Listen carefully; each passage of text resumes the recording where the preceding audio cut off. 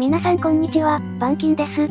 前回はこの穴について説明したのですが、今回修理が完成したので、それについて話したいと思います。ちなみに、今回の動画の写真はすべて、車屋の社長さんが撮影してくれたんだぜ。両つべで動画を出していると話したら、協力してくださいました。それでは皆さん、ゆっくりしていってね。それでは穴の修理方法から、説明をしていきたいと思います。まずは車をジャッジアップさせ、下から板金を行ってもらいました。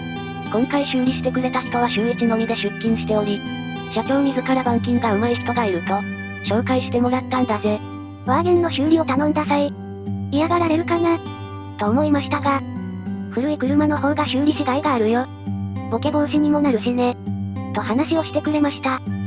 その言葉は、今でも板金の胸に響いています。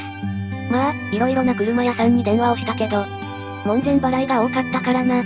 さて、穴埋めの方法ですが、黄色く見えるやつはシリコンらしく、内側から穴埋めを行います。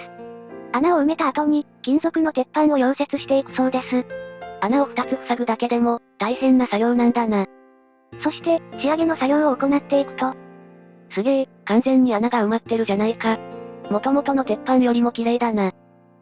さらにバッテリーの底から見てみると、穴が開いてたなんてわかんないよな。匠の技だぜ。こうして、ビートルは完全復活を遂げました。